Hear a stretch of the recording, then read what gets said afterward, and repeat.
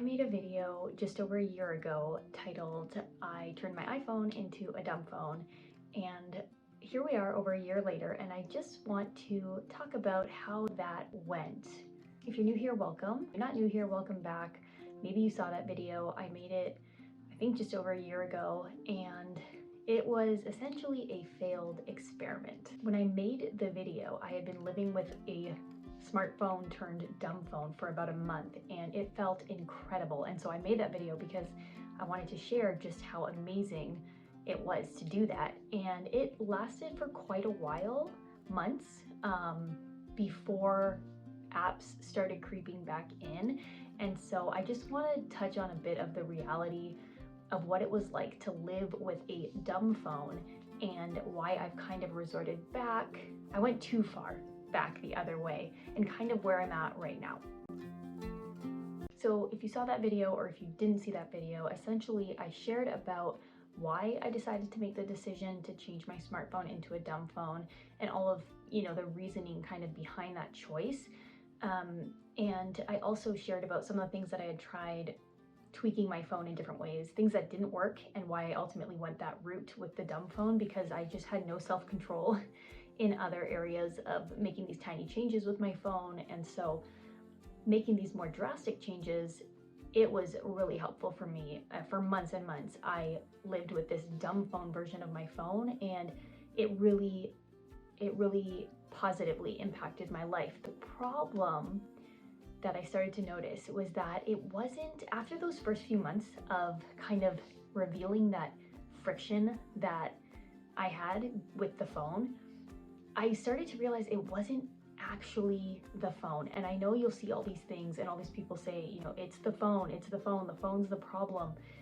Yes, but I've also found that really we've become the problem. Our habits around the phone have become the problem. I've kind of come to this revelation that the phone wasn't dumb, I was the one who was dumb.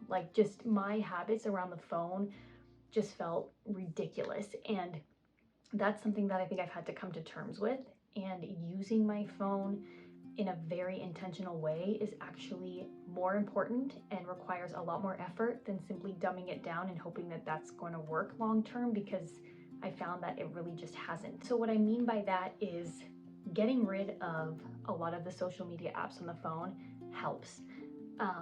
Getting rid of all of the apps that you're finding yourself scrolling in and on throughout the day, deleting those off of the phone, sure, that helps because you physically cannot scroll through them if they're not on the phone. The problem I found was that it forced me not to open up an app and scroll through it on my phone, but that habit of needing a quick dopamine fix or hit, that's what I needed to work on, because I was looking for it in other ways and it wasn't really solving the problem for me. So now I'm at a point where, first I went too far back the other way. As I slowly started reintroducing apps to my phone, I just got to the point where I'm like, forget this isn't working for me. I'm just gonna go back to using my phone for everything and anything, social media, photo editing, etc., you name it. I reinstalled the app. And now it's gone a little bit too far back the other way. And so while I don't think that's the solution either, I do think there has to be kind of a balance and a happy medium to really utilizing our phone for what it is and what it can be, and really focusing on the intentionality behind why we are using it, and getting out of that headspace of it's the phone that's the problem and not me, because really I think when you stop and think about it, we've become the problem. Our brains just don't know how to be bored. Our brains don't know how to rest properly.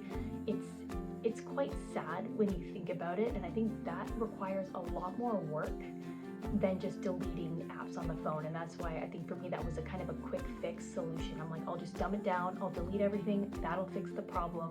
But it didn't fix my brain. It didn't fix the habits that I had built and the actual root cause of the problems.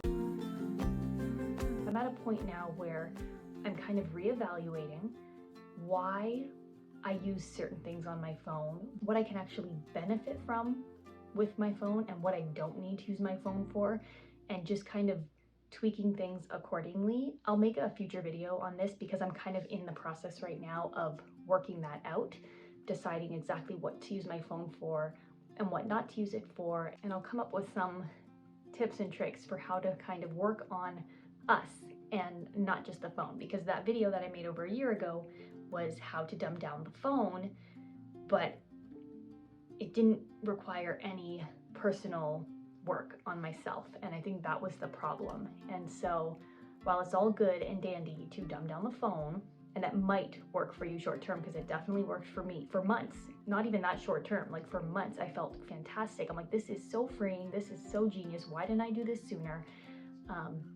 When I really stopped to evaluate what was going on, it was a quick fix. It wasn't something that was going to last, because it needed some deep work and really coming to terms with what the root cause of my addiction to the phone and all of that was really about. All that to say, here we are over a year later, failed the experiment miserably, and I just thought I'd be honest about that, because that at that time it felt like it was really going to work.